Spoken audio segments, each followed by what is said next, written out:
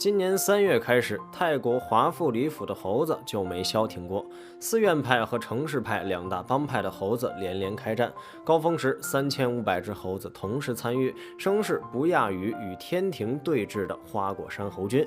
为了平息这些猴子的闹剧，警方组织了专门对付猴子的特种部队。部队成员身穿防护服，用面罩将自己遮得严严实实，防止猴子认出自己。这里是万物灵，欢迎关注熊探长，带你探索有灵万物。这些猴子不仅聪明到能记住人的脸，还认得警察手里的麻醉枪，对付他们就只能用最原始的弹弓。目前帮派头目在内的37只猴子已经落网，被送上手术台绝育，但猴子间的战争还未平息。今年4月1开始的第2轮抓捕中，警方不得不改换样貌，因为聪明的猴子早已记住抓他们老大的人是什么样。泰国的华富里因猴享誉世界，被称之为猴城。这里生活的猴子主要是恒河猴，也就是我们常说的猕猴。这种猴的体型中等，一般长50厘米左右，前肢和后肢差不多长，全身毛色大体为棕黄色，背部略带灰色，肚子是一种淡淡的灰黄颜色。猴子在佛教中有很高的地位，据传当年佛祖释迦牟尼遇难，幸得一群猴子相助，之后的佛教弟子便视猴子为圣物。神猴的数量多了，不仅没有给当地带来庇护，反而惊扰着民众的生活。他们会不请自来地闯进人类的宴席，毫不客气地吃着人类的食物，还会进到周边商铺里破坏里面的商品。直到新冠疫情爆发，因来泰国的游客变少，缺少投喂，他们才消停下来，结伴到其他地方讨生活。等疫情过去，游客数量恢复如初时，这群猴子回归故里，等待着人们的供奉。却见旧日领土已被新的猴子占领，两股势力碰撞，猴子间的战争不可避免地爆发了。初期只是10只以下的猴子互殴，今年3月后，战争进入到了白热化阶段，参战的猴子数量上升到了数千只，打出了一场足以载入史册的战役。猴子们以人类的城市为战场，常常造成交通堵塞，街边各种物品被毁。为了防止猴子毁坏自家商品，街边的商贩不得不加装了防猴栏杆。泰国猴子在街头混战，一些居民发出感叹：猴子才是城市的主人，人反而像笼里的动物。在泰国警方的全力镇压下，猴子们的嚣张气焰减了些。目前，包括帮派首领 Akro 在内的37只猴子被成功抓捕，全都进行了绝育。抓捕这些猴子让警方费了很大劲儿，因为之前交过手，猴子认得麻醉枪的样子，警方不得不转而使用弹弓作为防身武器。在行动之前，警方还需要用面罩将自己的脸遮住。如果被猴子看出抓他们的人长什么样，后续抓捕的难度就会增加。这不免让人疑惑，为什么人看猴子都长得差不多，猴子却能分辨出人脸呢？识别出一张人脸主要靠200个面容细胞的参与。当我们看一张脸时，这张脸的影像会投射到视网膜上，接着转变成一种电信号，经过一系列处理送到面容细胞面前。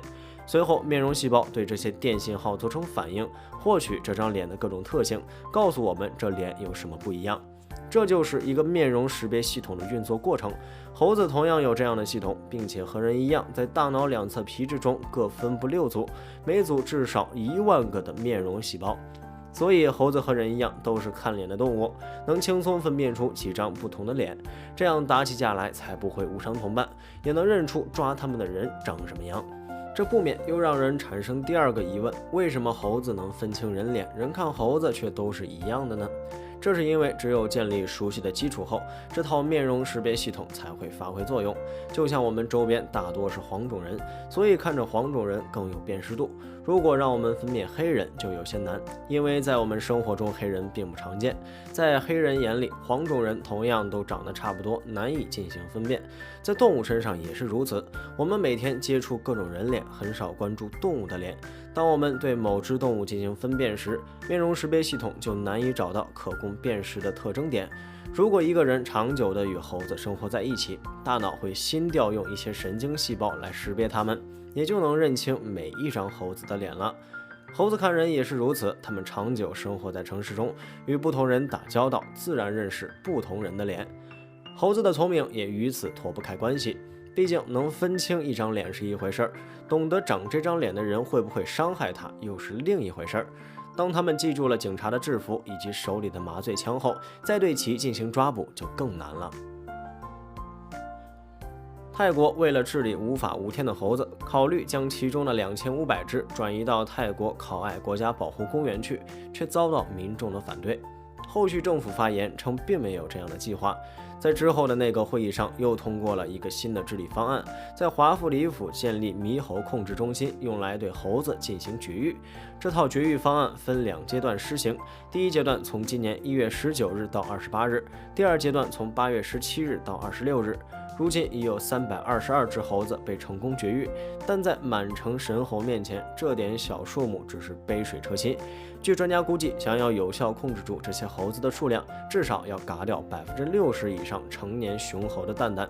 可如今绝育数量仅占5%，相距甚远。想要治理这些猴子，光靠绝育是完全不够的，还需要加强宣传，让人们了解猴子的习性，避免因投喂、逗弄造成不必要的麻烦。互不打扰才会是最好的生存方式。还要建立一个自然保护区，将猴子搬迁进入，让它们回归野性，减少与人类的接触。人猴冲突在我国同样存在，峨眉山的猴子最为顽劣，殴打、抢夺游客东西的行为屡见不鲜。没有紧箍咒制服它们的时候，不去投喂、挑逗是唯一避免矛盾的方法。毕竟峨眉灵猴属国家2级保护动物，总不能也抓来绝育吧。非常感谢您看完本期万物灵，欢迎点赞、评论、加关注。您的关注是熊探长探秘的最大动力。